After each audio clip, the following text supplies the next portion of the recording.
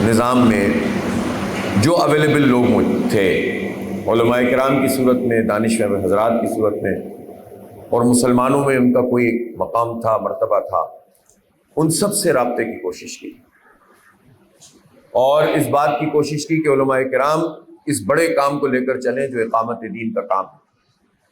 بنیادی بات ہی یہ تھی کہ اسلام ایک نظام ہے، اور اسلام غالب ہونے کے لیے آیا ہے، مغلوب رہنے کے لیے نہیں آیا۔ اور یہ ہم آج نہیں سن رہے اور بات کر رہے، بلکہ آج سے سمجھ لیں 100 سال پہلے کی بات ہے۔ اور 100 سال پہلے کی صورتحال یہ تھی کہ دنیا میں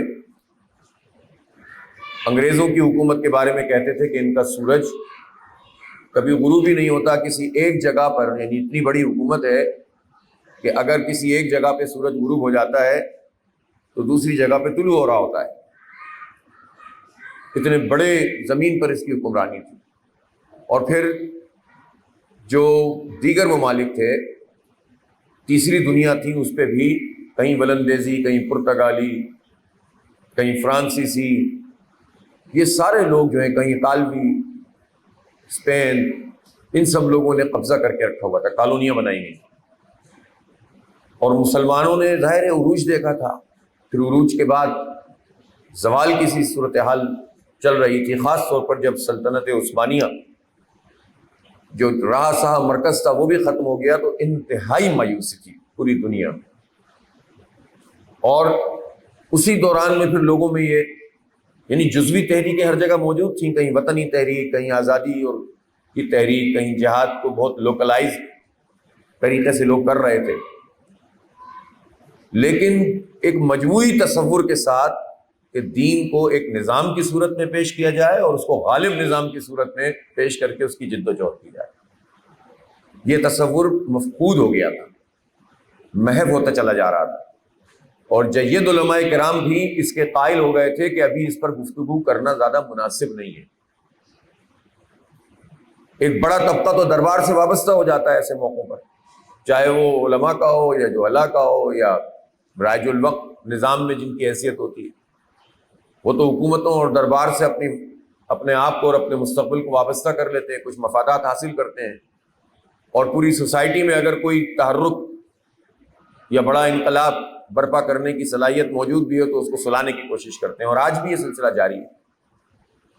لیکن کچھ مخلصین ہوتے ہیں، اور وہ مخلص لوگ یہ سمجھتے تھے کہ اگر ابھی اس وقت موقع کے اوپر ہم نے کسی ایسی بات کو شروع کیا تو ایسا نہ ہو کہ اس کے نتیجے میں جو ہمارا رہا سہا نظام ہے وہ بھی تلپٹ ہو جائے، اور یہ مدارس سے بھی ہم جائیں، مساجد سے بھی ہم جائیں، تو بندگی میں گھٹ کے رہ جاتی ہے ایک جوئے کباب، اور آزادی میں بہرے بے قرار ہے زندگی۔ بالکل اس کے مصداق تھے، غلامی در غلامی، ذہنی غلامی، اور پھر اس کے بعد لوگ اپنی بنیادوں سے بھی پیچھے ہٹنا شروع کر دیتے۔ تو ایسی ساری صورتحال میں مولانا مودودی رحمۃ اللہ علیہ نے لٹریچر بھی پروڈیوس کیا، اور اس بات کی کوششیں بھی کی کہ جو اویلیبل قیادت تھی اس تک پہنچیں، اور ان کو ان کے منصب کو یاد بھی دلائیں، اور ان کی قیادت میں کام کرنے کے لیے بھی تیار تھے۔ لیکن جب ہر جگہ سے مایوسی ہوئی تو پھر بالآخر انہوں نے اس بات کو طے کیا، یہ بھی ایک طویل داستان ہے، ظاہر کتابوں میں موجود ہے۔ بالآخر انہوں نے اس بات کا فیصلہ کیا کہ لوگوں کو تحریر کے ذریعے سے خط لکھ کر دعوت دی، اور پھر لاہور میں جمع ہوئے 75 لوگ، اور 74 روپے 14 آنے سے یہ جماعت اسلامی قائم ہو گئی۔ اس کا بیت المال اور اس کے ارکان ابتدائی طور پر 75 لوگ تھے، اور پھر اس کے بعد اس کا پورا نقشہ مولانا مودودی نے اپنی ابتدائی گفتگو میں رکھا، اور یہ بتایا کہ ہم اقامت دین کی تحریک ہیں، یعنی دین کو قائم کرنے کی تحریک، اور دین کا مطلب سمجھایا کہ جن معنوں میں دین تصور کیا جاتا ہے ان معنوں میں دین نہیں، دین ایک نظریہ حیات بھی ہے اور نظام حیات بھی ہے۔ زندگی گزارنے کو نظریاتی طور پر بھی بیان کیا جاتا ہے اور سسٹم بھی ہے، اور یہ بات سمجھائی اور بتائی کہ اخلاقیات کے کس منصب پر مسلمانوں کو فائز ہونا چاہیے، کردار کیا ہونے چاہیے، اجتماعیت مسلمانوں کی کیسی ہونی چاہیے، معاشرہ کیسا ہونا چاہیے، اور نظام کیسا ہونا چاہیے، حکومت کیا ہونی چاہیے۔ اور اس زمانے میں کہ جب انگریز نکلے تو نہیں تھے وہاں سے، تو دوسری جنگ عظیم کے بعد بندوبست ہوا جانے کا، وہ غالب تھے اور مسلمان اپنی رئی صحیح حکومتیں بھی مٹا چکے تھے۔ ظاہر ہے کہ مغلوں کی حکومت کو کون کہہ سکتا ہے کہ وہ اسلامی ریاست اور حکومتیں تھیں، وہ تو بادشاہوں کی حکومتیں تھیں جو مسلمانوں کی تھیں، اور اس میں کچھ اچھے کام بھی ہوئے، اس میں عدل اور انصاف بھی چلتا رہا، بڑی حد تک تعلیم تعلم کا سلسلہ بھی جاری رہا، لیکن جو تقاضے تھے مسلمانوں کو آگے بڑھانے کے وہ تو پورے نہیں کر رہے تھے، اور پھر وہ بھی ختم ہو گیا تھا سلسلہ، تو غلامی در غلامی تھی۔ تو ایسے موقع پر مولانا مودودی رحمۃ اللہ علیہ نے یہ جماعت اسلامی قائم کی، اور یہ جماعت اسلامی اس کی جو سوچ ہے، فکر ہے، وہ بین الاقوامی ہے، عالمی ہے، بلکہ آفاقی ہے، لیکن اس کا جو حکمت عملی ہے، طریقہ کار ہے، لائحہ عمل ہے، وہ اپنے مقامی حالات میں راستے تلاش کرنا اور اپنے بڑے مقاصد کو حاصل کرنے کے لیے جدوجہد کو تیز تر کرنا۔ میں مختصر کرتے ہوئے بات کو آگے بڑھا رہا ہوں، اور وہ یہ ہے کہ جب جماعت اسلامی سن 41 میں قائم ہوئی تو 6 سال بعد ہی پاکستان بنا۔ پاکستان بننے کی تحریک چل رہی تھی، اور وہ بھی ایک ایسی ضرورت تھی کہ جب قائد اعظم رحمۃ اللہ علیہ کی ملاقات اس وقت کے جماعت اسلامی کے نمائندے قمر الدین صاحب سے تفصیل سے ہوئی، تو قائد اعظم رحمۃ اللہ علیہ نے جماعت اسلامی کی پوری اسکیم کو قبول کیا، تسلیم کیا، لیکن ایک اختلاف پیدا ہوا کہ انہوں نے کہا کہ اس وقت ہمارے پیش نظر یہ بات ہے کہ ہمیں کسی بھی صورت میں مسلمانوں کے لیے خطہ چاہیے، ہم اس سے پیچھے نہیں ہٹ سکتے جس طرح کے حالات اس وقت یہاں آ چکے ہیں، اور جب وہ خطہ ہمیں حاصل ہو جائے گا تو پھر ہم اس پوری اسکیم کو کہ جو جماعت اسلامی کی اسکیم ہے اس کو روبہ عمل لا سکتے ہیں۔ اگر ہم ابھی اس وقت پیچھے ہٹ گئے تو بہت مشکل پیدا ہو جائے گی، اور یہ بات سمجھ میں آنے والی بھی تھی۔ چنانچہ جماعت اسلامی کو یہ اعزاز حاصل ہے کہ اگر پاکستان بننے کی تحریک میں اگر کوئی لٹریچر تھا آل انڈیا مسلم لیگ کے پاس تو وہ مسئلہ قومیت، مولانا مودودی کا لکھا ہوا کتابچہ جس میں استرداد تھا، نفی تھی کانگریس کی اور جمعیت علماء ہند کہ جو کانگریس کا ساتھ دے رہے تھے، مسجد احرار بھی بڑے بڑے جید علماء تھے، اور وہ یہ کہتے تھے کہ قومیں وطن سے بنتی ہیں، اور مولانا مودودی یہ کہتے تھے کہ قوم وطن سے نہیں بنتی بلکہ قوم نظریے اور عقیدے سے بنتی ہے۔ بلکہ مولانا مودودی نے یہ تک لکھا کہ صرف نام سے اور نسل سے مسلمان ہونا بھی مسلمان ہونا نہیں ہے، جب تک کہ آدمی کلمے کو قبول نہ کر لے، اللہ تعالیٰ کی حاکمیت کو قبول نہ کر لے، اس کی الوہیت کو تسلیم نہ کر لے، اس طرح بھی نہیں بنتی کہ نسل سے ہم بن جائیں، بلکہ انہوں نے کہا عقیدے پر ایمان لانے، اور ظاہر ایمان کے بعد پھر عمل صالح ہوتا ہے، تو قوم جو ہے وہ نظریے اور عقیدے سے بنتی ہے۔ اور آپ کو معلوم ہے کہ یہ بات علامہ اقبال نے اس سے پہلے جو ہے وہ کہی تھی۔ آپ کے ذہن میں یہ سوال آئے گا، اور ہو سکتا ہے میں آگے اپنی گفتگو میں پاکستان کے حوالے سے جب پاکستان کی بات کرتے ہیں، اس کی استحکام کی بات کرتے ہیں، اس کی مضبوطی کی بات کرتے ہیں، اور اس کے لیے اس کے دفاع کی جنگ لڑتے ہیں، جیسا کہ ہم نے مشرقی پاکستان میں لڑی، جیسا کہ ہم نے سن 65 کے موقع پر لڑی، اور جیسا کہ ہم کشمیر میں پاکستان کی سرحدوں کی اور اس کی تکمیل کی جنگ لڑ رہے ہیں، تو یہ سوال ہو سکتا ہے کہ پھر آپ وطن کے لیے کیوں یہ کام کرتے ہیں؟ تو پاکستان محض وطن نہیں ہے، پاکستان کسی جغرافیہ کا نام نہیں ہے، پاکستان ایک نظریے کی بنیاد پر حاصل کیا گیا تھا، وہ نظریہ ہی 2 قومی نظریہ تھا کہ اپنے کلچر میں، اپنی تہذیب میں، اپنی ثقافت میں، اپنے عقیدے میں ہندو ایک الگ قوم ہے، مسلمان ایک الگ قوم، اور پاکستان ایک ایسا ملک ہوگا جہاں ہم اپنے عقیدے کے مطابق، اپنے نظام کے مطابق زندگی گزاریں گے۔ یہی وجہ ہے کہ جب یہ ملک حاصل ہو گیا تو اس ملک کے حصول کے بعد جماعت اسلامی نے واضح طور پر ایک تو اس ملک کو اس کے مقاصد سے ہم آہنگ کرنے کی تحریک چلائی، اور ساتھ ساتھ اس کی حفاظت کے لیے عملی طور پر بھی جدوجہد کی۔ یہ جو اپنے بنگلہ دیش کے حالات دیکھے ہیں، مشرقی پاکستان تھا، ہمارا بازو تھا، ہمارے حکمرانوں کی نااہلیوں کی وجہ سے عدل کا نظام نہیں تھا، اسلام کا نظام قائم نہیں ہوا، ناانصافیاں، محرومیاں پیدا ہوئیں، اور اس کو ایکسپلائٹ کیا گیا، اور پھر ہندوستان داخل ہو گیا وہاں، مکتی بانی کو اس نے پروموٹ کیا، تو یہ سارے حالات مل کر وہاں پر ایک ایسی چیز بن گئی کہ جس کے نتیجے میں پھر پاکستان ٹوٹنے کی طرف جا رہا تھا۔ تو پاکستان اگر جغرافیہ کا نام ہوتا تو یہ جغرافیہ سمجھ میں ہی نہیں آ سکتا، چونکہ تقریباً 1,500-2,000 کلومیٹر کا تو فاصلہ ہے بیچ میں، مشرقی پاکستان مغربی پاکستان. یہ بنا ہی نظریے پہ تھا، اسی لیے تو اس کو جو ہے وہ ایک ملک کہتے تھے. تو اس لیے جماعت اسلامی نے پھر پاکستان کو مسجد کی حیثیت دے کر اس کی حفاظت کرنے کے لیے سب کچھ قربان کر دیا، اور بالآخر لوگوں کو پتہ چل گیا کہ وہ راستہ درست راستہ تھا. وقت تو لگتا ہے تحریکوں میں، انسانی تاریخ میں 40-50 سال بہت اہمیت رکھتے ہیں، لیکن جب تاریخیں مرتب کی جاتی ہیں تو پھر پتہ چلتا ہے کہ نہیں حقیقت کیا ہوتی ہے، اور اس کے نتیجے میں جو ہے وہ اصل چیز کیا حاصل کی جاتی ہے. تو الحمدللہ جماعت اسلامی اس پاکستان کی حفاظت اس لیے کرتی ہے کہ ہم اسے اللہ تعالیٰ کا عطا کردہ ایک ایسا خطہ سمجھتے ہیں جس کی حیثیت ہمارے نزدیک مسجد کی ہم نے اسلام کے نام پر حاصل کیا ہے. اور پاکستان بننے کے بعد ہی جن لوگوں کے ہاتھ میں یہ تھا وہ صحیح ہے کہ وہ ان لوگوں نے اس کو اس کے منصب سے اور مقصد سے دور کرنے کی کوشش کی، لیکن جماعت اسلامی نے پہلے دن سے تحریک چلائی. مولانا مودودی کی پہلی گرفتاری 1948 میں ہوئی. پسند نہیں آیا تھا حکمران طبقے کو ان کا اسلامی دستور کا مطالبہ، اور اس کے بعد 53 میں ہوئی. یعنی پہلے بھی تقریباً 20 ماہ کے قریب گرفتار رہے، پھر 53 میں گرفتار ہوئے تو بھی 20-21 ماہ گرفتار رہے. یعنی ابتدائی پاکستان کے 6-7 سال میں مولانا مودودی 3-4 سال تو گرفتار رہے، بعد میں بھی گرفتاریاں ہوتی رہیں، اور کبھی جو ہے وہ انہیں قادیانی مسئلہ لکھنے کے اوپر اور کبھی دستور کا اسلام کا مطالبہ کرنے پر مختلف وجوہات کی بنیاد پہ گرفتار کیا جاتا رہا. پھانسی کی سزا تک دے دی گئی. وہ تو اللہ کا شکر ہے بین الاقوامی دباؤ پڑا تو انہیں اس سے رجوع کرنا پڑا. تو مولانا مودودی رحمۃ اللہ علیہ نے جماعت اسلامی دین کی اقامت کی تحریک کے طور پر قائم.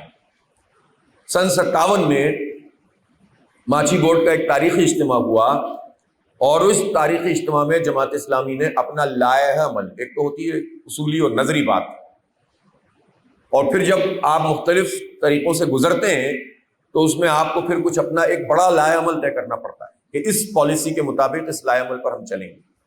پھر اس کے ساتھ ساتھ جزوی طور پر جب حالات سے آپ گزر رہے ہوتے ہیں تو اس کی وقتی اسٹریٹجیز بھی ہوتی ہے. جیسے آج کل ہم تو عوام کو تحریک چلا رہے ہیں جو اس وقت کی ضرورت ہے. اگر ہم یہ کام نہیں کریں گے تو ظاہر ہم اپنے اس پورے کام کو لے کر آگے نہیں بڑھ سکیں گے.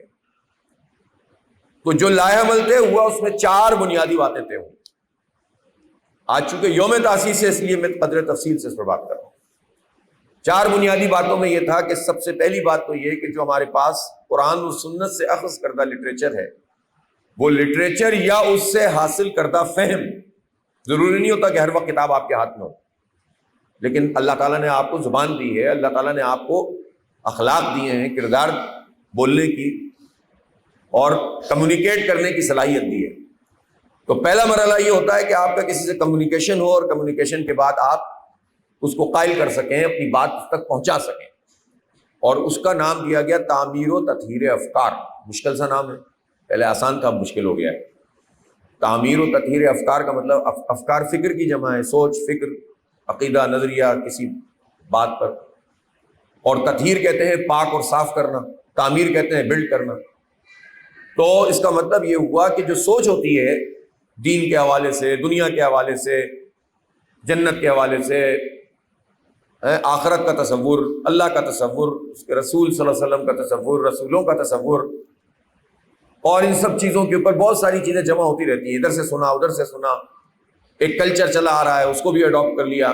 بعض اوقات بڑا مذہبی کلچر بھی بظاہر مذہبی ہوتا ہے لیکن بڑا اینٹی مذہب ہوتا ہے. تو تعمیر و تطہیر افکار کا مطلب یہ کہ جو اسلام کی اوریجنل بات ہے، وہ بات جو رسول پاک صلی اللہ علیہ وسلم نے ہمیں سمجھائی اور کر کے دکھائی، وہ لوگوں تک پہنچانے کی ہم کوشش کریں، کچھ قائل کریں، ان کی سوچ اور فکر پر اثر انداز ہوں. اب ایسا تھوڑی ہوتا ہے کہ آپ کو کوئی مل گیا یا مل گئی خاتون اور آپ نے بس پہلی دفعہ میں کتنا گھول کے پلا دیا کہ سب کچھ نہیں سمجھتا کوئی اس طرح سے. کبھی کوئی سمجھ بھی لیتا ہوگا، لیکن اس کا بھی ایک پروسیس ہوتا ہے کہ آپ کو مسلسل کمیونیکیٹ کرنا پڑتا ہے، رابطہ رکھنا پڑتا ہے. دوسری چیز کیا ہے کہ پھر جن لوگوں تک ہماری بات پہنچ رہی ہے ان لوگوں کو ہم اپنے ساتھ ملانے میں کامیاب ہو جائیں، اور ان کو ملا کر ان کی تربیت بھی کریں اور ان کو اپنی تنظیم میں بھی سمو دیں. اب یہ بھی ظاہر ایک کام ہے پورا. کہ جس تک بات پہنچ رہی ہے اس کو بس پہنچا کے ہم نے چھوڑ نہیں دینا. اس میں آپ سمجھ لیں مولانا مودودی نے کا ایک کتابچہ ہے, اس میں لکھا ہوا ہے, محض تو میں اضافہ کر رہا ہوں, اس کا جو ٹائٹل ہے وہ یہ کہ تبلیغ دین نہیں اقامت دین. تو اس کا مطلب یہ ہے کہ صرف تبلیغ دین منصب نہیں ہے, یہ بھی منصب ہے. یا ایھا الرسول بلغ ما انزل الیک من ربک فإن لم تفعل فما بلغت رسالۃ, کہ اے رسول صلی اللہ علیہ وسلم پہنچا دیجئے وہ سب کچھ جو اللہ تعالیٰ نے آپ کو عطا کیا ہے. تو پہنچانا بھی ذمہ داری ہے, لیکن پہنچا دینے کے بعد بات ختم نہیں ہوگی. پہنچانے کے بعد اقامت دین, ان اقیموا الدین ولا تتفرقوا فیہ, یہ بھی قرآن کا حکم ہے. آپ صلی اللہ علیہ وسلم کو مخاطب کر کے حضرت نوح, حضرت موسیٰ, حضرت عیسیٰ, حضرت ابراہیم, ان کا حوالہ دیا جا رہا ہے اور کہا جا رہا ہے کہ اب آپ کو بھی یہ کام کرنا ہے کہ دین کو قائم کریں. گویا ابلاغ دین کے بعد دین کو ایک نظام, ایک ریاست, ایک حکومت اور قوت نافذہ. قوت نافذہ کسے کہتے ہیں؟ وہ طاقت جس کے ذریعے سے آپ کوئی فیصلہ امپلیمنٹ کر سکتے ہو, اور وہ حکومت کے پاس ہوتی ہے, ریاست کے پاس ہوتی ہے.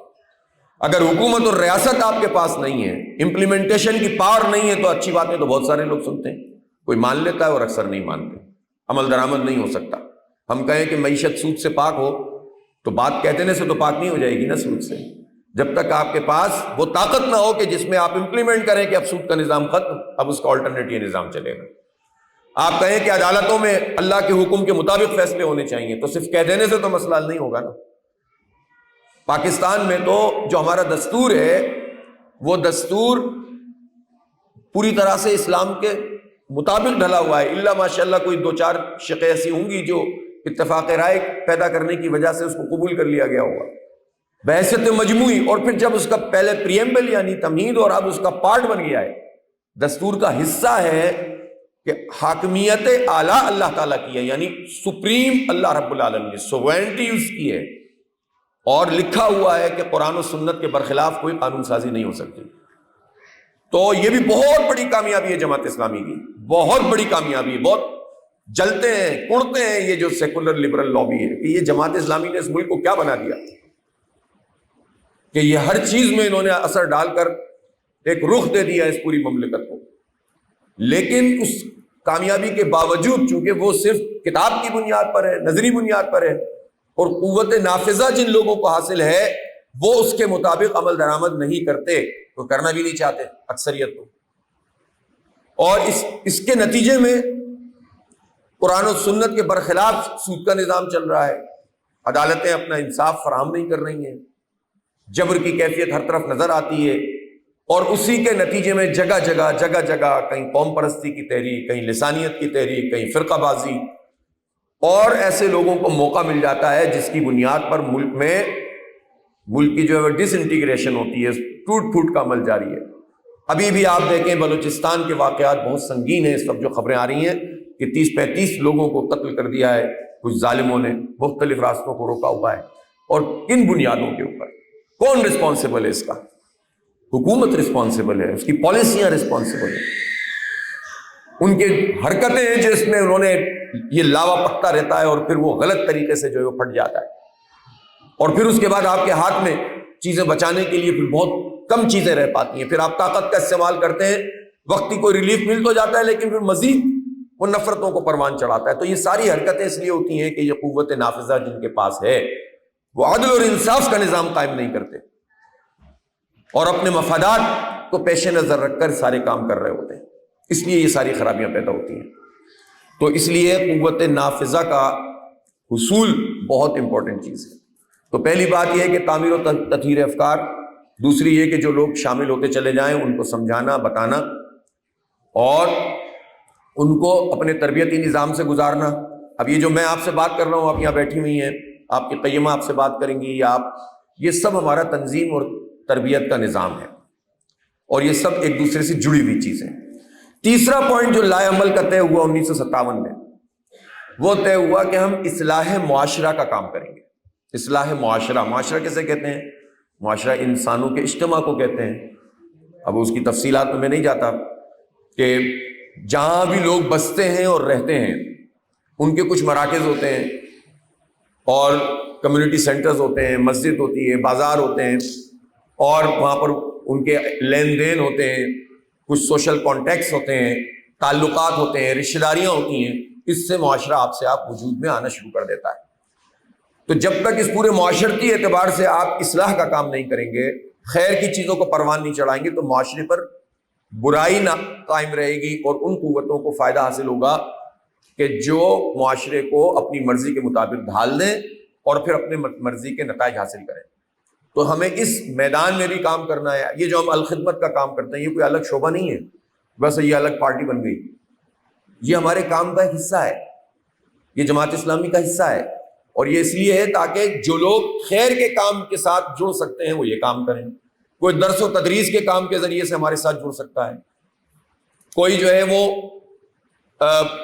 جو نیکی کے اور بہت سارے کام ہوتے ہیں جس الخدمت میں ہی شامل ہے، کچھ تعلیم کے کام کے ذریعے سے ہم سے جڑ سکتا ہے۔ تو بجائے اس کے کہ سب الگ الگ کوئی کام کریں، ہم نے ان کو اپنے ساتھ سمونے کے لیے ایک پورا پروگرام بنا دیا، اصلاح معاشرہ کا کام، جس میں تعلیم بھی ہے، تدریس بھی ہے، درس قرآن بھی ہے، فہم قرآن کی کلاسیں بھی ہیں، دورہ قرآن بھی ہے، جس میں اسکول اگر کہیں ہم بنا سکتے ہوں وہ اسکول بنا لیں، اس کو منفعت کا ذریعہ نہ بنائیں بلکہ اس کو اپنے مقاصد سے امان کرنے کی کوشش کریں۔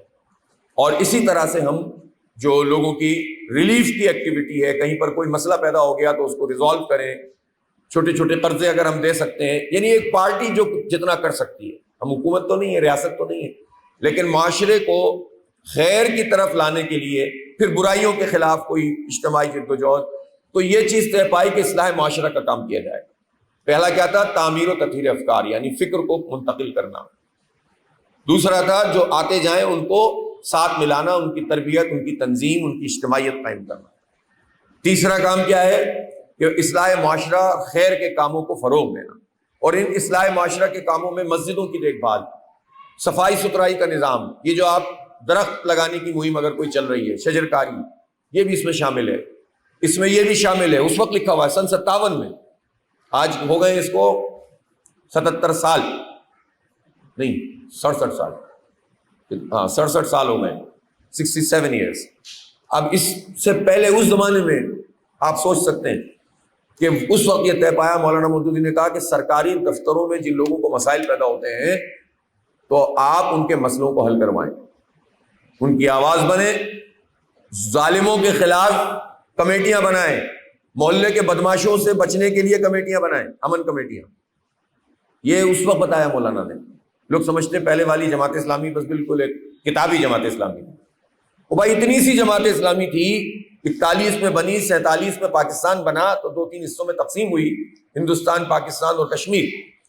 صرف 600 کے قریب ارکان بچے تھے، 600 ارکان سے اسلامی دستور کی پوری تحریک چلا دی، اور ابتدائی سالوں میں ایک میزر نامہ تیار کیا، میزر نامہ کہتے ہیں جس پہ دستخط دیتے لوگوں کے، تو میلوں لمبا میزر نامہ تیار کر کے حکومت کے ایوانوں تک بتایا کہ یہ پاکستان کے عوام اس طرح سے چاہتے ہیں۔ تو یہ کتنے لوگوں نے یہ کام کیا ہوگا؟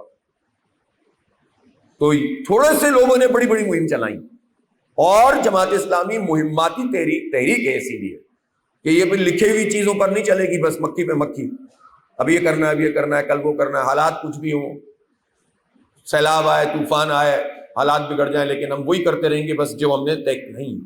یہ طے ہے پہلے سے کہ حالات کے مطابق بھی اپنی چیزوں کو ری ڈیزائن کرنا ہوگا۔ تو اسی لیے ہم یہ شروع سے مولانا مودودی نے اس پیٹرن پہ ڈالا، ایک مہم کے بعد دوسری، دوسری کے بعد تیسری، تیسری کے بعد چوتھی، اور ساتھ ساتھ اپنا یہ کام بھی جاری رہے۔ تو یہ چومکھی لڑائی ہے، اور تنظیم کا فائدہ یہی ہوتا ہے، اجتماعیت کا فائدہ یہی ہوتا ہے۔ اگر ایک آدمی ہو تو وہ کتنے کام کر سکتا ہے؟ اب میری ذمہ داری اگر امیر جماعت کی ہے تو میں کتنے کام کر سکتا ہوں ایک ساتھ، لیکن جب تقسیم کار ہوگی، شعبے بنے ہوئے ہوں گے، تو سارے کام، بہت سارے کام آٹو پہ چل رہے ہوں گے۔ یہ اجتماعیت کا فائدہ ہوگا، اور پھر یہ ضرور ہوگا کہ اپنی ترجیحات کے مطابق کسی چیز کو زیادہ کر دیں گے، کسی کو کم کر دیں گے۔ تو تطہیر، تعمیر افکار، تربیت اور تنظیم، اجتماعیت، اور تیسرا اصلاح معاشرہ، اور چوتھا کام ہے انقلاب امامت۔ انقلاب کا مطلب کایا پلٹ، ٹوٹل تبدیلی، جزوی تبدیلی نہیں۔ وہ کہتے ہیں نا انقلاب قلب سے ہے نا، جو پلٹ دے بالکل۔ قلب ماہیت ایک لفظ استعمال ہوتا ہے، قلب ماہیت کا مطلب یہ ہوتا ہے کہ کسی چیز کی حیت ہی تبدیل کر دی جائے، اس کی جو بنیادی چیز ہے اس کو بدل دیا جائے، اس کو پلٹ دیا جائے۔ تو انقلاب امامت کا مطلب کہ جو زمام کار، جو قوت نافذہ سوسائٹی میں ان لوگوں کو حاصل ہے جو حکومت اور ریاست کی طاقت کے ذریعے سے وہ فیصلے کرتے ہیں جو اللہ اور اس کے رسول کے حکم کے مطابق نہیں ہیں، یا عدل اجتماعی کے مطابق نہیں ہیں، یا چند لوگوں کی بالادستی کا نظام ہے کہ جنہوں نے بڑی تعداد میں لوگوں کو یرغمال بنایا ہوا ہے، ان کو اس منصب سے معزول کیا جائے اور صالح اور وہ سارے لوگ جو اس اسکیم سے گزر رہے ہیں ان کو فائز کیا جائے تاکہ اللہ کی مرضی کا سسٹم قائم ہو سکے، نظام قائم ہو سکے، حکومت قائم ہو سکے۔ اور جس بات کی جتنی اہمیت دین میں ہوتی ہے، دین اس کو ہی اتنا ہی زیادہ ترجیح میں شامل کرتا ہے۔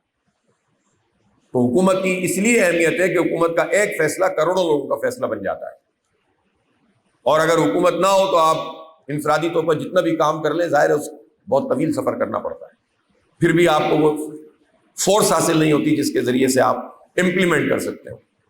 اس لیے انقلاب امامت ہمارا چوتھا نقطہ۔ تو ان چار چیزوں کو لے کر جماعت اسلامی کام کرتی ہے، اور ان چار چیزوں کو بیک وقت لے کر چلتی ہے۔ ان چار چیزوں میں یہ نہیں ہو سکتا کہ ہر وقت یہ ہم وزن ہی رہیں گے کہ بھائی اتنا مسالہ اتنا ڈالنا ہے، اتنا مسالہ اتنا، بھائی اسی سے بنے گی پوری ہانڈی۔ نہیں، کبھی آپ کو سیاست کی ضرورت زیادہ پڑے گی، سیاسی عمل کو آگے بڑھانے کی، کبھی آپ کو تربیت کی عمل زیادہ ضرورت پڑے گی، کبھی آپ کو تنظیم میں اگر کوئی پرابلم ہے اس کو ایڈریس کرنا پڑے گا، وہ زیادہ کریں گے سارے کام، اور سب ایک دوسرے سے جڑے ہوئے، الگ الگ ہے بھی نہیں۔ یہی بات مولانا مودودی نے ماچھی گوٹ میں سمجھائی لوگوں کہ یہ سب ایک دوسرے سے جڑی ہوئی چیزیں ہیں، البتہ کسی وقت کسی چیز کو زیادہ ابھار دیں گے، کسی وقت کسی چیز کو کم کر دیں گے، حالات کے تقاضے کے مطابق دعوت۔ اور یہ فیصلہ انفرادی طور پر کوئی نہیں کرے گا۔ اجتماعیت کا فائدہ یہ ہے کہ اجتماعی دانش سے یہ کام ہوگا، جو اللہ نے ہمیں عقل دی ہے اس کے لیے شورا ہے، اس کے لیے اجتماعات ہیں، وغیرہ وغیرہ۔ تو اب یہ اسکیم سامنے آ گئی۔ میں تاریخی پس منظر کو ایک طرف رکھتے ہوئے اب آپ سے یہ عرض کرنا چاہتا ہوں کہ یہ جماعت اسلامی وہ جماعت اسلامی نہیں ہے جس طرح اور مختلف سیاسی جماعتیں ہوتی ہیں۔ کیونکہ ہم پالیٹکس کرتے ہیں، ہم انتخابات لڑتے ہیں، تو بعض اوقات یہ تصور ہوتا ہے کہ ہمارا مقابلہ مسلم لیگ سے ہے، پی ٹی آئی سے ہے، ہمارا مقابلہ پیپلز پارٹی سے ہے، ایم کیو ایم سے ہے، اے این پی سے ہے، وغیرہ وغیرہ وغیرہ۔ وہ مقابلہ یقیناً ہے ایک انتخاب کے میدان میں، اور اس لیے بھی ہے کہ یہ پارٹیاں ایگزسٹ کرتی ہیں اور اپنے آپ کو اثر انداز کرتی ہیں لوگوں کے اوپر، لیکن یہ محض سیاسی جماعتیں ہیں، اور سیاست کو بھی انہوں نے اس کے اصل منہج سے ہٹا دیا ہے، اور مفاداتی جماعتیں ہیں، خاندانی جماعتیں ہیں، شخصیات کی جماعتیں ہیں، وقتی مفاد حاصل کرنے والی جماعتیں۔ ان جماعتوں میں ہو سکتا ہے کوئی نیک نیت لوگ ہوتے ہوں جو اصلاح کا کام کرنا چاہتے ہوں، خیر کا کام کرنا چاہتے ہوں، لیکن ان کے پاس وہ سوچ اور فکر نہیں ہے، وہ سیاست جو عبادت کا درجہ رکھتی ہے اس تصور کے ساتھ یہ سیاسی جماعتیں نہیں ہیں، بلکہ ان کے پیش نظر محض حکومت کا اصول ہے، اور اس حصول میں ظاہر ہے کہ چند لوگوں کا مفاد ہی پیش نظر ہوتا ہے۔ اسی لیے اچھی سوچ کے ساتھ آنے والے لوگ بھی سیاست میں اسی طرح سے چلنے لگتے ہیں۔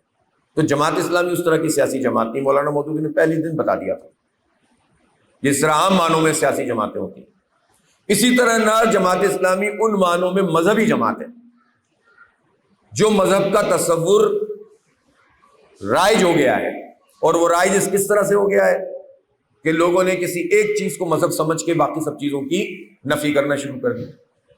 مثلاً خاص طور پر بر صغیر پاک و ہند کا پرابلم ہے بہت، اور یہاں فقہ کو ہی مذہب سمجھتے ہیں اور دین سمجھتے ہیں۔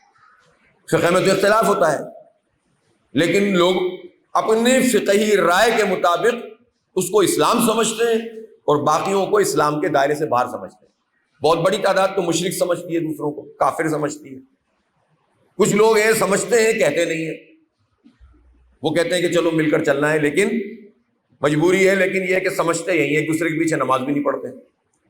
اور بعض لوگ پھر یہ کرتے ہیں کہ اپنی پوری دکانداری مسلک کی بنیاد پر یا فرقے کی بنیاد پر بنا لیتے ہیں، اور ختم کرنے کے لیے اس لیے تیار نہیں ہوتے کہ اس میں ایک بڑی زبردست مارکیٹ ہے اس کی۔ انہوں نے اس طرح کا ماحول بنا دیا ہے کہ اس کے نتیجے میں ایک جذباتی کیفیت پیدا ہو جاتی ہے، اور اس کا پورا فائدہ چند لوگ اٹھاتے ہیں، دین کو اس کا فائدہ نہیں ہوتا۔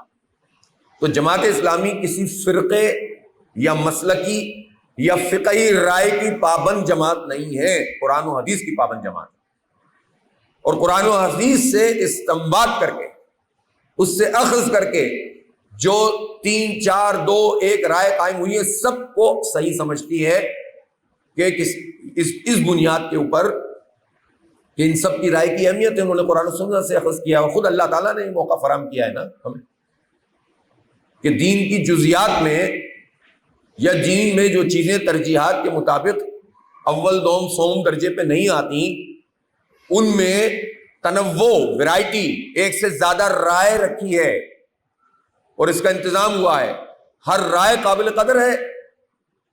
اس کے باوجود کہ میں یہ سمجھوں کہ میری رائے یہ صحیح ہے، میں دوسرے کی نفی نہیں کروں، اس بنیاد پر اس کی تکفیر نہ کروں، اس کی بنیاد پر اس کو غلط نہ سمجھوں، بلکہ اسلامی تحریک اور ایک مسلکی تنظیم میں فرق یہ ہوتا ہے کہ اسلامی تحریک فقہی اور جزوی چیزوں میں جو اختلاف ہے اس اختلاف کا فائدہ اٹھاتی ہے، مسلکی تحریک اس مسلک کے ڈبے میں بند ہو جاتی ہے۔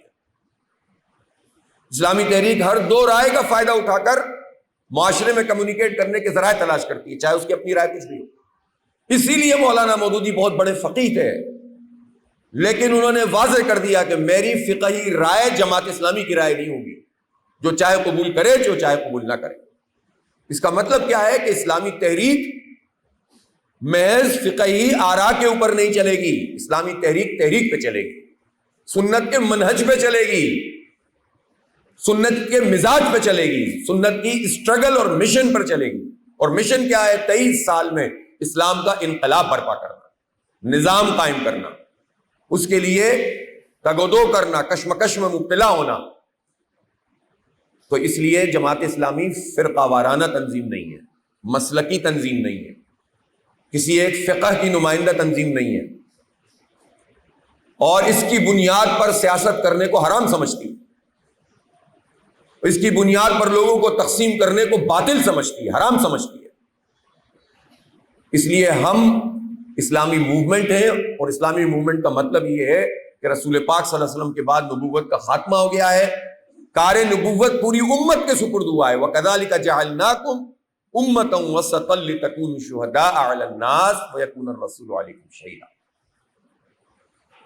حق کی گواہی ہمیں انسانیت کے اوپر دینی ہے۔ جب امت نے اس کام کو چھوڑ دیا ہے تو اب ہم نے بالآخر یہ فیصلہ کیا کہ ہم امت کو اس کے منصب کی طرف لے کر آئیں۔ اس کے لیے ہم اسٹرگل کر رہے ہیں، کوشش کر رہے ہیں، جد و جہد کر رہے ہیں، اور ہر دائرے میں کام کر رہے ہیں۔ یہ ہے جماعت اسلامی۔ بات سمجھ میں آئی؟ اب یہی بات سمجھانی ہوگی نا لوگوں کو، اور الحمدللہ آپ لوگ پہلے سے سمجھائیں، آپ تو ذمہ داران ہیں سارے، بس تذکیر ہوتی ہے، یاد دہانی ہوتی ہے۔ ہماری جو بنیادیں ہیں اس میں ایک بنیاد تو علم پر ہے، علم نہ ہو تو آدمی کو پتہ کیا چلے گا کہ یہ کیا ہے؟ خدا کا علم، اللہ رب العالمین کا علم، رسول پاک صلی اللہ علیہ وسلم ان کی نبوت کا، رسالت کا علم، آخرت کا علم، جنت اور دوزخ کا علم، اور اس کے ساتھ ساتھ دنیا میں چونکہ ہمیں آسمانوں کے اوپر دین نافذ نہیں کرنا، زمین کے نیچے نہیں کرنا، اللہ نے ہمیں منصب یہ دیا کہ زمین کے اوپر کرنا ہے۔ تو دنیا میں جو چیزیں چل رہی ہوں، جو نظام چل رہے ہوں، جو سوچ اور فکر اور افکار چل رہے ہیں، اس کا بھی علم ہونا چاہیے۔ چونکہ ایک اصول ہے، تھوڑی سی مشکل بات نہ ہو لیکن پھر بھی ایک اصول ہے کہ اشیاء اپنی ضد سے پہچانی جاتی ہیں۔ کیا مطلب اس بات؟ دن رات سے اس کی شناخت ہوتی ہے، اگر رات نہ ہو تو دن کا تصور آپ کے ذہن میں نہیں آئے گا، کالے کا تصور گورے سے ہے، سفید کا سیاہ سے ہے، دن کا رات سے ہے، حق کا باطل سے ہے۔ باطل کا جاننا ضروری ہے حق کو جاننے کے لیے، محض حق کو جاننے سے حق سمجھ میں نہیں آتا۔ لا ہوگا تو الہ سمجھ میں آئے گا، لا الہ الا اللہ۔ اس لیے وہ لا کیا کیا ہے، اور اسی لیے فَمَن يَكْفُرْ بِالطَّاغُوتِ وَيُؤْمِن بِاللَّهِ فَقَدِ اسْتَمْسَكَ بِالْعُرْوَةِ الْوُثْقَىٰ۔ جس نے طاغوت کا انکار کیا اور اللہ پر ایمان لایا۔ اللہ پر ایمان لانے کے لیے طاغوت کی تکفیر ضروری ہے۔ طاغوت باغی ہے، طغیان ہے، حدود کراس کر چکا ہے، اللہ تعالیٰ کے منصب پر فائز ہونے والی قوت، نعوذ باللہ، جو یہ سمجھے کہ یعنی ایک تو ہے نا انکار، ایک ہے گناہ گار، مانتا ہے اللہ کو، اس کے رسول کو مانتا ہے، سب چیزوں کو مانتا ہے، پھر بھی گناہ کرتا ہے۔ ایک ہے گناہوں پر اصرار کرنے والا، فسق کرنے والا، ایک ہے نہ ماننے والا، تکفیر کرنے والا، کافر۔ ایک ہے مشرک جو شریک کرتا ہے اللہ کی ذات میں، اس کی صفات میں، کسی اور کو بڑا مانتا ہے، اور ایک ہوتا ہے کہ جو حدود کراس کر جاتا ہے اور خود خدا بننے لگتا ہے۔ اذهب الى فرعون انه طغى، جاؤ فرعون کی طرف، وہ باغی ہو گیا ہے۔ بندگی حدود ہے، طغیان سے نکلا یہ لفظ۔ طغیان کا مطلب وہ صلاحیت سمندر یا دریا کی جو سرحدوں کو پار کر دینے والی صلاحیت، اس کو طوفان کہتے ہیں، اس کو طغیان کہتے ہیں۔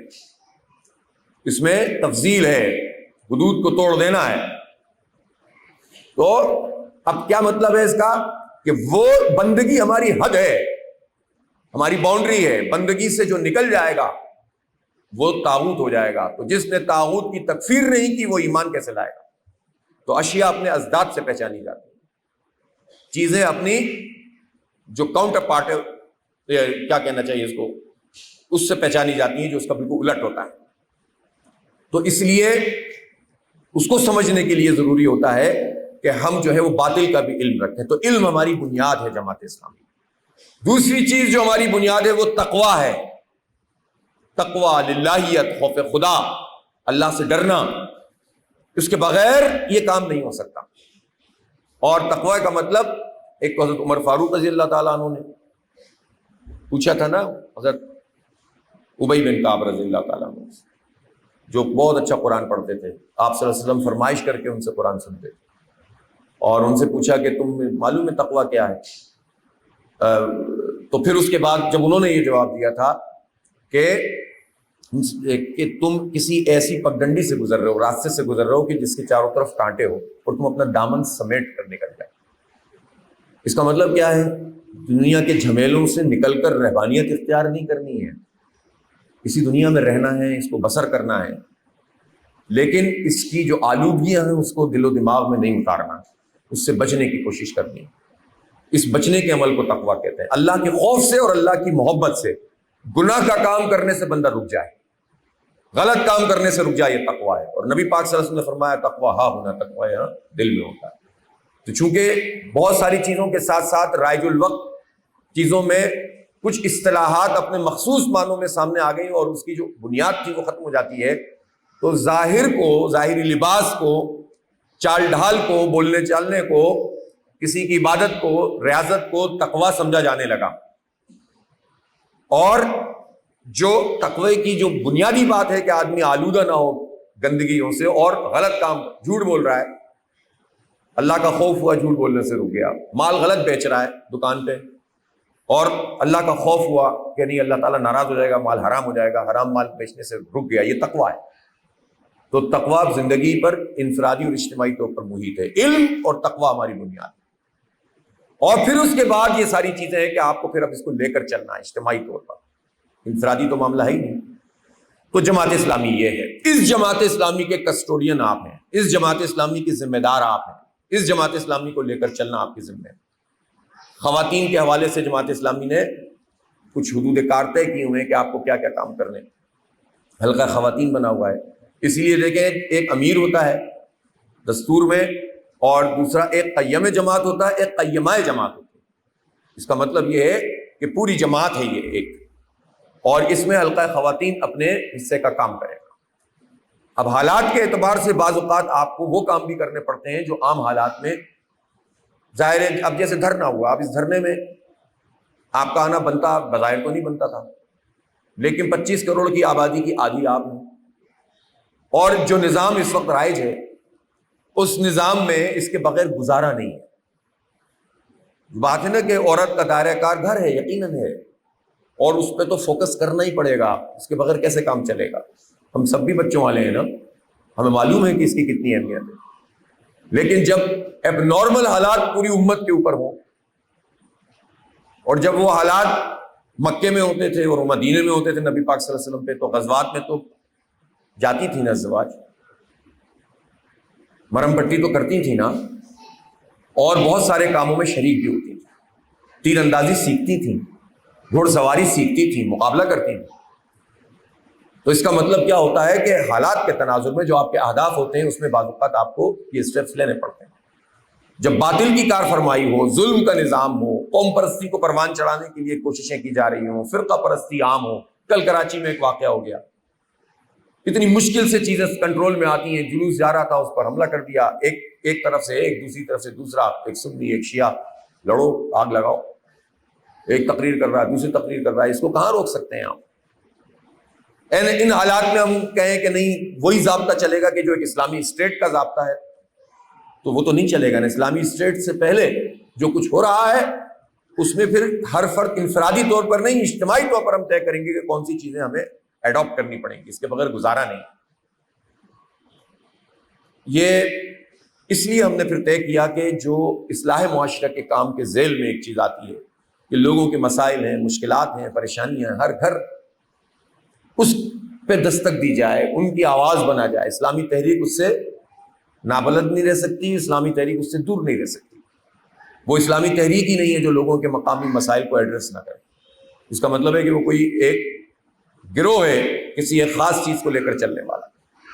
یہ صلاحیت اگر اسلامی موومنٹ میں نہیں ہے کہ وہ لوگوں کے لوکل ایشوز کو ایڈریس کر سکے، اس کا مطلب ہے کہ وہ اسلام کی تحریک تو نہیں ہو سکتی، وہ کسی فرقے کی تحریک ہوگی. تو ہم نے ان کو ایڈریس کیا ہے، آئیڈینٹیفائی کیا ہے. اس کے ذریعے سے لوگوں سے پینیٹریشن، ان سے کمیونیکیشن الحمدللہ بڑھی ہے. اور ہم نے اس سلسلے میں ہم جو بھی اقدام کرتے ہیں تو ہماری کوشش اب یہ ہوتی ہے کہ بس کام تو کرنے میں ویسے بھی بہت ثواب ہے، لیکن اس کو صحیح طریقے سے آرگنائز کر کے کیا جائے اور اس کا تجزیہ درست طریقے سے کیا جائے تو پھر آپ کو اگلے اسٹیپس بھی سمجھ میں آنا شروع ہو جاتے ہیں. اب ہم نے جب 12 جولائی کو پہلی مرتبہ یہ دھرنا طے کیا تھا تو اس وقت یہ طے کیا کہ ایک سروے کروایا تھا خاموشی سے. میں نے کسی کو بتایا بھی نہیں تھا، چند ہی لوگوں کو جو ہماری ٹیم ہوتی ہے. اور ہم نے پوچھا کہ ابھی اس وقت جماعت اسلامی کی پوزیشن دیکھو ابھی کیا ہے، اعلان کیا ہے، کتنے لوگوں کو پتہ چلا؟ پتہ ہی نہیں چل رہا تھا لوگوں کو. پھر اس کے بعد اور کچھ سوالات کیے کہ لوگوں کی رائے ہمارے بارے میں کیا ہے، پاکستان میں وہ کون سی جماعت ہے جو پبلک ایشوز کو، ظاہر مہنگائی بڑا مسئلہ ہے، بجلی مہنگی ہونا بڑا مسئلہ اس وقت بھی ہو گیا تھا، گیس کا مسئلہ وغیرہ وغیرہ، ان پر کون سی جماعت ہے جو سب سے زیادہ کام کر رہی ہے. اسی طرح کے 5-7 سوال ہم نے ڈالے اور ایک پبلک اوپینین پول، رینڈم سروے اس کو کہتے ہیں، جو ہماری تجربے کے مطابق 80-90% درست ہوتا ہے، جو ہم پچھلے بھی عرصے میں کرتے رہے، بعد میں اس کا نتائج بھی اسی طرح سے آتے رہے.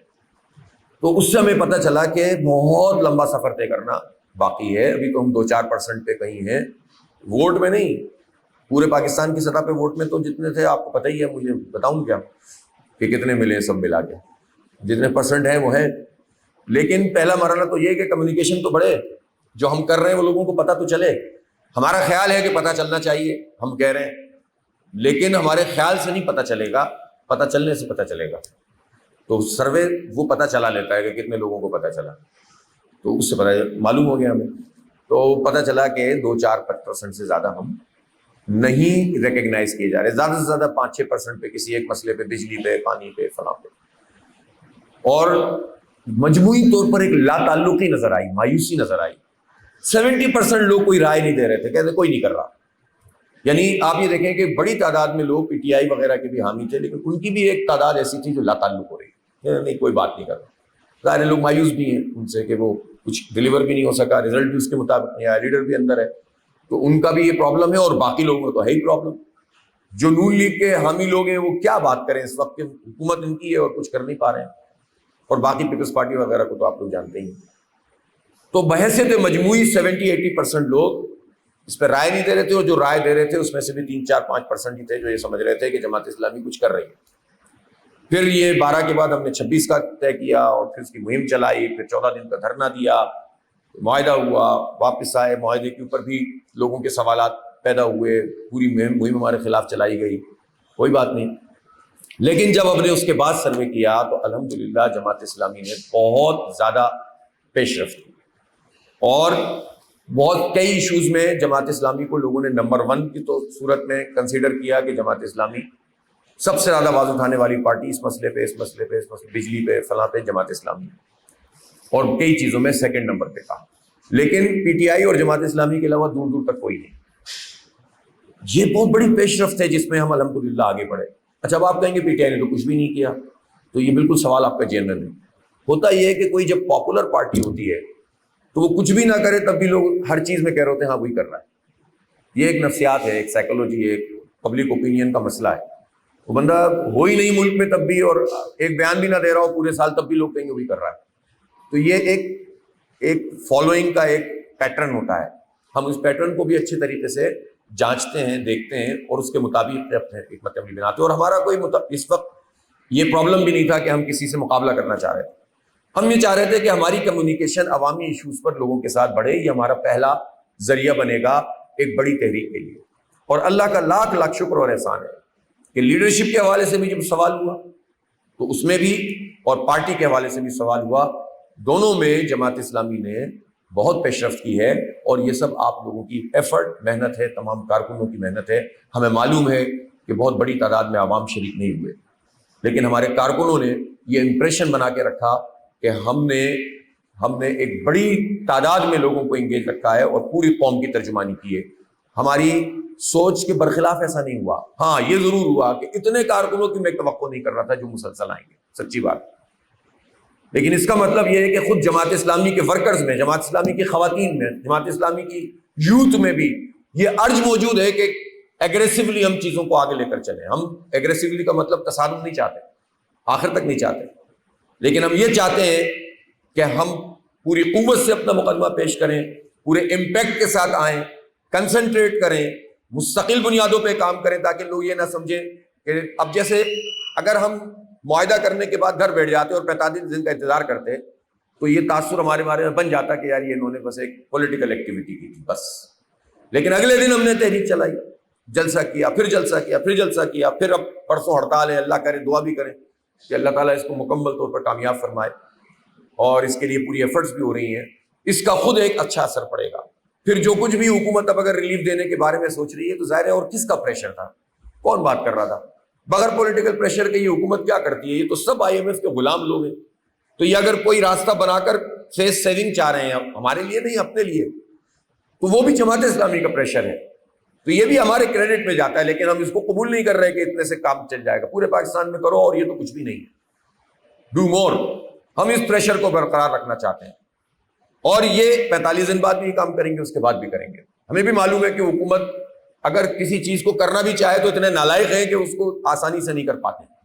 غلط کام کروا لو ان سے، صحیح کام کرنے کے لیے تو ان کی نالائقی اتنی ہے کہ اگر کرنا بھی چاہیں تو نہیں کر پاتے۔ تو اس کے باوجود ان پہ پریشر تو رکھنا پڑے گا۔ یہ پریشر رکھنے سے تاثر یہ بنتا ہے کہ یہ پارٹی اس مسئلے کے اوپر واقعی عوام کی ترجمانی کر رہی ہے۔ اللہ کا شکر ہے پورے پاکستان میں یہ امپریشن بحیثیت مجموعی بن گیا ہے کہ جماعت اسلامی اور اس کی لیڈرشپ ہمارے مسئلوں پر بات کرتی ہے۔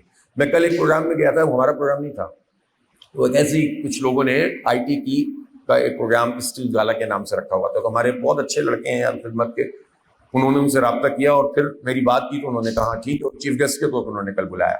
میں وہاں پر گیا اور آپ یقین کریں وہاں پر جس طرح سے لوگ رسپانس دے رہے تھے اور اسٹیج سے ہی بات کر رہے تھے کہ ہم ان کو بلاتے ہیں کہ جو ہماری جنگ لڑ رہے ہیں۔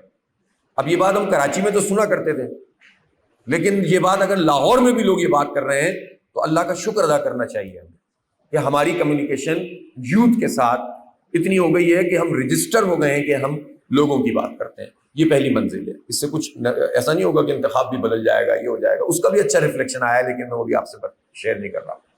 اس کا مطلب ہے ہم پیش رفت کر رہے ہیں۔ اب آ جائیے کہ ہمارے مجموعی کام کی بات، ابھی ہڑتال بھی 28 کو جائے گی۔ اب آپ یہ بتائیے کہ 25 کروڑ میں سے 13 کروڑ تو خواتین ہیں، چلے بچیوں کو، چھوٹے بچوں کو نکال دیں۔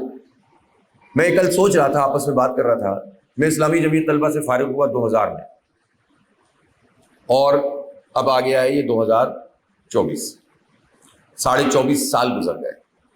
ہم یہ سمجھ رہے ہوتے ہیں کہ یہ جمعیت، آج کی جمعیت، کل کی جمعیت، پرسوں کی جمعیت، پاکستان کی آبادی کی کم از کم آدھی آبادی اس وقت ایسی ہے جو میرے جمعیت سے فارغ ہونے کے بعد پیدا ہوئی ہے۔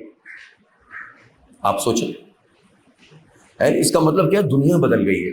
اور یہ وہ دور نہیں ہے، 24 سال میں تو ایسا ہوتا ہے، لیکن یہ وہ دور ہے، یہ وہ 24 سال ہیں جس میں پوری کی پوری دنیا بالکل ایک نئے انداز میں آ گئی ہے۔ یعنی اس وقت جب ہم فارغ ہوئے جمعیت سے تو شاید ایک آدھ کوئی ٹیلی ویژن کا چینل چلا کرتا تھا PTV کے علاوہ، NTM ٹائپ کا، پھر جیو آیا، پھر ایئر وائی آیا، پھر فلاں آیا، پھر چینلوں کی باہر آ گئی، پھر یہ انٹرنیٹ کا سلسلہ بڑھتا چلا گیا. بڑی مشکل سے ای میل ہوا کرتی تھی، یاہو کے اکاؤنٹ تھے، ہاٹ میل کے وہ بنے ہوئے تھے. پھر دیکھتے ہی دیکھتے سب کچھ بدل گیا. اور اب میں نے کل مشاہدہ کیا اپنی فیملی میں، میری بہن وغیرہ آئی تھیں، ان کے بچے نواسے پوتے ہیں، 3 سال کا بھی بچہ نہیں ہے، اور وہ اس طرح سے لگا ہوا تھا نا اس کے اوپر، مسلسل یوں کر رہا ہے، دیکھ رہا ہے، تلاش کر رہا ہے. اور میں سوچ رہا تھا کہ یہ کون سی نسل آ گئی ہے بھائی. تو اب اس سے پریشان تو نہیں ہونا ہے، اس کو ایڈریس کرنا ہے. اب آپ کو سوچنا پڑے گا کہ یہ بچے اور بچیاں، اس دور کے بچے اور بچے، ان کو اس دور کے حوالے نہیں کر سکتے، ہم اس نظام کے سپرد نہیں کر سکتے، ان کے حوالے نہیں کر سکتے جو ان کے ذہن بھی کھا جائیں، ان کی سوچ بھی کھا جائیں. آپ کو انہیں ایڈریس کرنا پڑے گا، اور اپنے آپ کو اس قابل بنانا پڑے گا کہ آپ ان کو ایڈریس کر سکیں.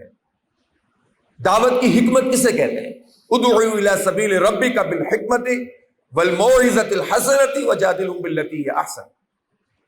حکمت اسی کو کہتے ہیں نا کہ ترجیحات کا تعین کیا جائے گا، یہ نہیں ہونا چاہیے، یہ نہیں ہونا چاہیے، یہ نہیں ہونا، پتہ چلا یہ نہیں ہونا چاہیے، نہیں ہونا چاہیے میں جو ہونا چاہیے وہ ایک طرف ہو گیا. تو پھر آپ، حکمت اسی کو کہتے ہیں کہ الاہم فالاہم، کون سی چیز زیادہ پرائرٹی میں ہے اس کو دیکھتے ہوئے پھر آپ ایڈریس کرتے ہیں چیزوں کو.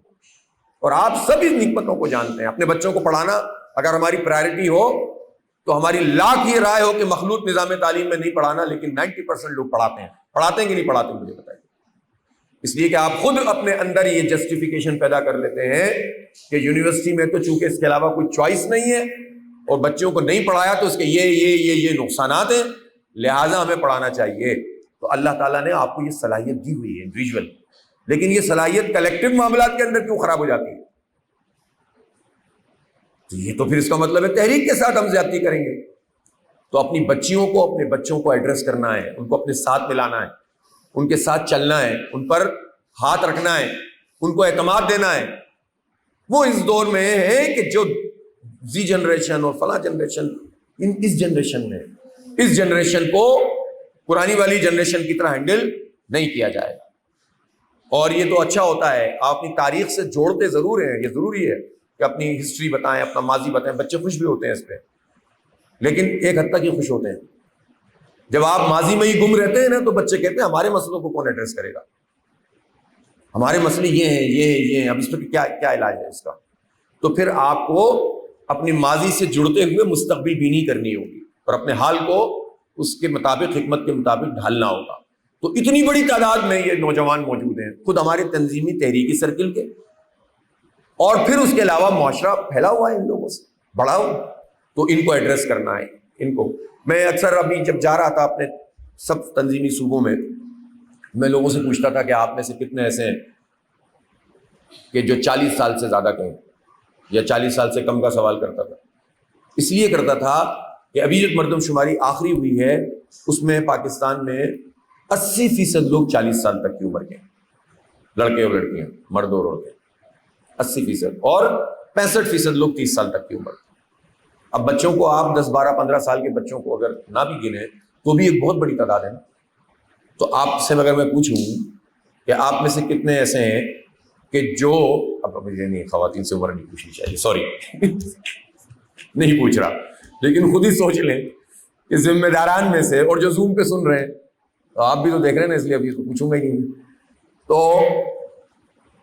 کتنے ایسے ہیں ہماری تنظیم میں جو ذمہ داران کی سطح ہے، وہ کتنے ایسی ہیں جو 40 سال سے کم ہیں، جو 30 سال سے کم ہیں، اور کتنے ایسے ہیں جو 40 سال سے زیادہ ہیں. ذمہ داریوں تک آتے آتے وقت تو لگتا ہے، لیکن اگر یہ تناسب اب نارملی زیادہ ہوگا، زیادہ عمر والا، اور چھوٹی عمر کے لوگ ایڈریس ہم نہیں کر رہے ہوں گے، اس کا مطلب کیا ہے؟ اس کا مطلب یہ ہے کہ ہم آبادی کی ایک بڑی جو لاٹ ہے اس کو ایڈریس نہیں کر رہے. یہ بات غلط تو نہیں ہے نا؟ اسی طرح سے کارکنوں میں دیکھیے چلیے، ہاں یہ مجھے لگ رہا ہے کہ کچھ نوجوان نسل سامنے آ گئی ہے. اور اسی طرح سے آپ کارکنوں میں دیکھیے، ہمدردوں میں دیکھیے کہ اگر اس ریفلیکشن سے جو معاشرے میں آبادی کا تناسب ہے وہ تناسب جماعت اسلامی میں نہیں ہے تو اس میں پریشان ہونے کی ضرورت ہے. اس لیے کہ آبادی زیادہ جہاں ہے وہ زیادہ لوگ چاہیے ہمارے پاس. میں کبھی بھی یہ نہیں چاہوں گا کہ کوئی یہ کہے کہ صرف نوجوانوں پر مشتمل جماعت ہونی چاہیے، یہ بہت نالائقی والی بات ہے، غلط بات ہے۔ اس لیے کہ بڑوں اور چھوٹوں کا ایک زبردست سنکرونائزیشن ہوتا ہے جس سے کوئی بھی اجتماعیت بنتی ہے، اور چھوٹوں کو یہ کوئی حق حاصل نہیں ہے کہ وہ بڑوں کے کیے ہوئے کام کے اوپر پانی پھیر دیں۔ ان کی وجہ سے یہ چھوٹے جو ہے وہ آج انہیں یہ تحریک ملی ہے، ان کی قربانیوں، ان کی محنتوں، ان کی پیٹماری، جب ان کے پاس وسائل نہیں تھے۔ آج آپ زوم میٹنگ کر رہے ہیں اور انٹرنیٹ کا مسئلہ ہے تو پریشان ہے نا، اگر انٹرنیٹ صحیح ہو تو آپ پورے پاکستان میں بات کر رہے ہیں، پوری دنیا میں بات کر رہے ہیں اس وقت چاہیں تو۔ جس زور میں ان لوگوں نے کام کیا ہے اس وقت کمیونیکیشن کیا تھی؟ ہاتھ سے لکھی ہوئی تحریروں سے یہ کام ہوتا ہے۔ مولانا مودودی جب جماعت بنا رہے تھے تو خطوط کا تبادلہ ہوتا تھا، کب آئے گا اور کب جائے گا، اس پر پوری جماعت بن گئی۔ تو اس لیے کام کو کسی کو جو ہے نا ہم ایسے نہیں کہہ سکتے کہ ان کو کیا پتا، ان کی وجہ سے جماعت اسلامی ہم تک منتقل ہوئی تو ہم اس کی قدر کرتے ہیں، لیکن ہم سب کو اپنی جماعت کو آبادی کے تناسب سے ہی اس میں کارکن ہونے چاہیے، تو یوتھفل ہونا چاہیے، زیادہ لوگوں کو ہمارے ساتھ شامل ہونا چاہیے۔ اس لیے ہم نے طے کیا کہ جو ممبر سازی مہم ہے، اس ممبر سازی مہم میں ہم خاص طور پر نوجوانوں کو ایڈریس کریں گے اور ان کو جو ہے اپنا ممبر بنانے کی کوشش کریں گے۔ اس ممبر سازی مہم میں جو طریقے ہو سکتے ہیں، ایک تو یہ کہ انشاءاللہ ہم مردانہ نظم سے بھی بات کر رہے ہیں، آپ کو 100% سہولت فراہم کریں گے۔ مردانہ نظم وہ کام کرے گا جس سے آپ کو بات کرنے میں آسانی پیدا ہو۔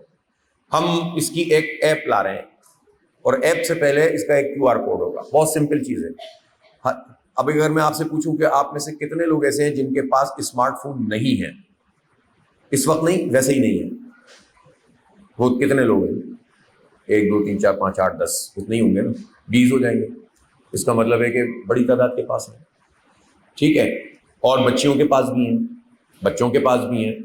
تو اس کا مطلب یہ ہے کہ اب یہ کوئی مسئلہ نہیں رہا کہ آپ کو مینولی ایک فارم بھروانا ہے اور اس فارم بھروا کر جو ہے وہ آپ لیں گے اور اس کو واپس کریں گے۔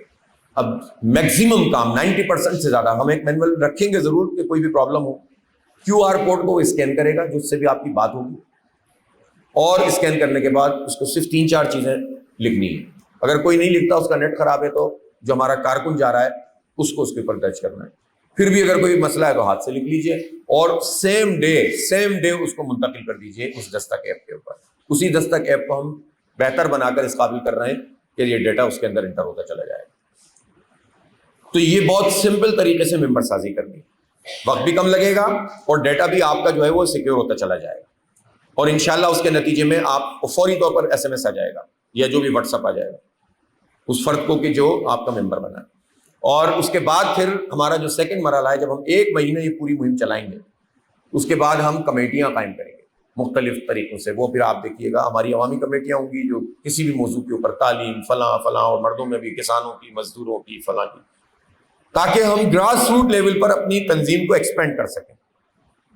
اور ظاہر سی بات ہے کہ اس میں یہ ممبرشپ وہ تو نہیں ہے جو ہم رکن بنا رہے ہیں، وہ رکنیت کا جو طریقہ ہے وہ آپ جاری رکھیں گے بالکل اسی طرح، وہ آپ کا ایک کور تنظیم ہے، اس کو بہتر بنائیں بلکہ۔ لیکن اس ممبرشپ کو ہم اوپن اس لیے کر رہے ہیں، پہلے بھی ہم نے ممبرشپ کی ہے، لوگ اس کا حوالہ بھی دیتے ہیں، اتنے ممبر بنائے کیا ہوا، ووٹ تو ملتے نہیں۔ ابھی آپ ووٹ کے غم سے آزاد ہو جائیں، چونکہ ہم صرف ممبرشپ نہیں چلا رہے، ہم پبلک ایشوز کی کیمپین بھی چلا رہے ہیں۔ یہ حق دو عوام کو تحریک اس لیے ہے کہ جتنے ایشوز ہیں ان پر ہم ان کی آواز بنے، پھر ممبر بنے، تو وہ ممبر پچھلا والا اور اس میں فرق ہوگا۔ اور یہ واضح میسج دیں کہ ہم آپ کو ساتھ لے کر چلنا چاہتے ہیں، آپ جماعت اسلامی ہیں۔ یہ جو بات ہے نا کہ جماعت اسلامی صرف میں ہوں، اس لیے کہ میں خاص پیٹرن پر تیار ہوا ہوں، یہ بہت سارے لوگوں کو یہ لگتا ہے کہ جماعت اسلامی صرف یہی لوگ ہو سکتے ہیں۔ ہم جماعت بہت اچھی ہے، جماعت دیانتدار ہے، جماعت کے لوگ بہت اچھے ہیں، جماعت والے آتے ہیں درس کرتے ہیں، جماعت والے بڑا خیر کا کام کرتے ہیں، جماعت والے سیلاب والوں کی مدد کرتے ہیں۔ بھائی جماعت والے کیوں کرتے ہیں، میں کیوں نہیں کرتا؟ کوئی بندی یہ کیوں نہیں کہتی کہ یہ میری جماعت ہے؟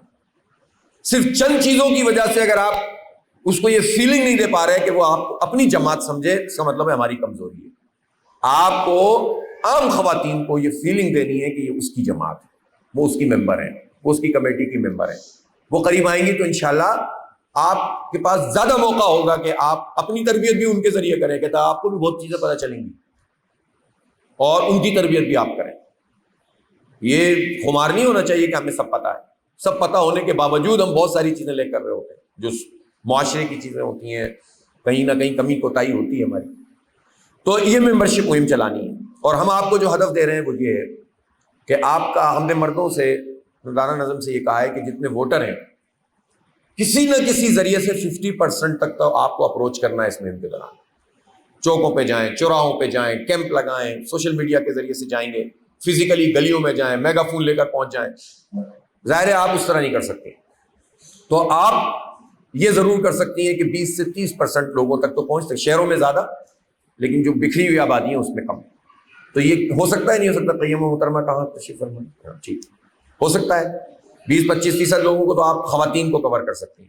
اور جب مرد کام کر رہے ہوں گے تو مرد بھی تو ظاہر ہے خواتین تک تو بات پہنچ ہی رہی ہوگی نا، تو کمیونیکیشن یہ ہو سکتا ہے. پھر ہم نے مردوں سے کہا ہے کہ منیمم 10% آف دا ووٹرز وہ آپ کے ممبر بننے چاہیے. لوگوں کی سے پوچھ کے کہا ہے، بعض نے زیادہ بھی کہا، لیکن میرا خیال ہے یہ اتنا بڑا کام نہیں ہے. جس طرح کی صورتحال ہے اس میں یہ کام ہو سکتا ہے.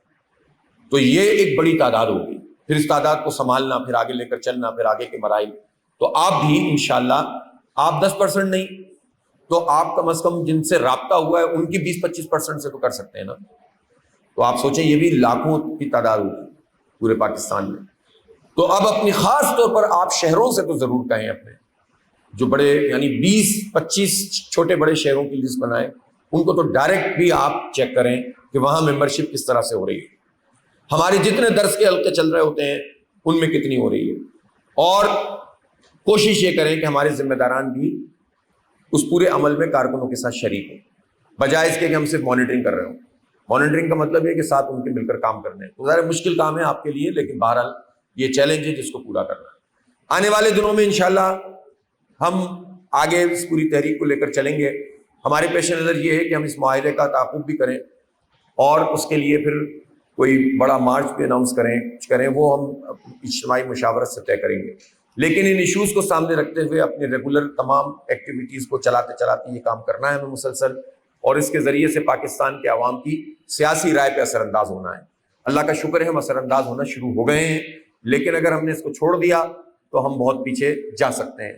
تو آپ لوگوں کے لیے چیلنج یہ ہے کہ آپ بس پوری طرح سے انٹیکٹ رہیں، پوری قوت سے کام کریں. اتنی بڑی لیگیسی ہمارے پاس ہے. اور میں نے جو آیت آپ کے سامنے پیش کی تھی اس میں ایک یہ بات ہے نا کہ یا ایھا الذین آمنوا لا تخونوا اللہ والرسول وتخونوا اماناتکم، اے لوگوں جو ایمان لائے ہو اللہ اور اس کے رسول کے ساتھ خیانت نہ کرو، اور ان امانتوں کے ساتھ خیانت نہ کرو جو تمہیں دی گئی. تو اس کا مطلب یہ ہے کہ اپنے سے بہتر جماعت اسلامی حوالے کر کے جائیں، زیادہ بڑی جماعتیں وقت کے تقاضے کے مطابق اپنی جماعت میں وسعت پیدا کریں، اور اللہ تعالیٰ ہمیں فتنوں سے بچائے، ہمیں آزمائشوں سے بچائے. ہم تو مکمل طور پر ایک باطل نظام میں ہی زندگی گزار رہے ہیں نا. اس باطل نظام میں معیشت نہ چاہتے ہوئے بھی سود کی ہے، تعلیم بھی ہماری مرضی کے مطابق نہیں ہے، وہ سوچ و فکر نہیں پیدا کر رہے، کاروبار بھی ہماری مرضی کے مطابق نہیں ہے، بہت ساری چیزوں میں ہم کمپرومائز کر رہے ہیں.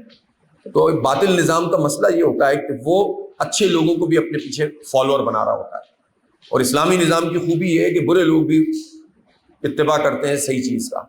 اس لیے نظام کی تبدیلی ضروری ہے.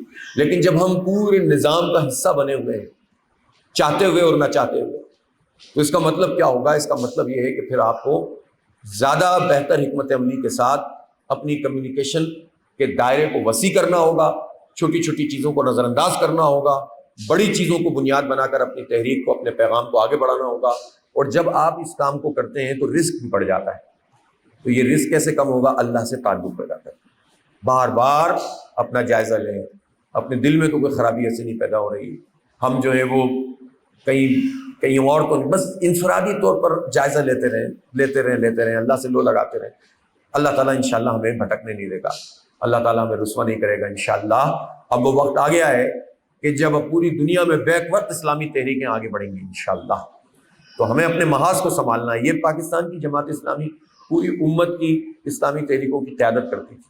صحیح بات یہ ہے کہ یہ کمزوری واقع ہو گئی ہے، ہمیں اس کمزوری کو دور کرنا ہے، اور ہمیں ایک مرتبہ پھر اپنی جماعت کو واقعی ایک پاورفل جماعت بنانا ہے. ہم یہی کر سکتے ہیں، ہم کوشش کر سکتے ہیں، نتیجہ اللہ کے پاس ہے. کوشش لیکن ہر ممکن کریں گے، تدبیر ہر ممکن کریں گے، ہم اس کے پابند ہیں. تقدیر کے پابند ہیں نبادات و جمادات، مومن فقط احکام الہی کا ہے پابند. اللہ تعالیٰ عمل کی توفیق عطا فرمائے. واخر دعوانا الحمد للہ رب العالمین۔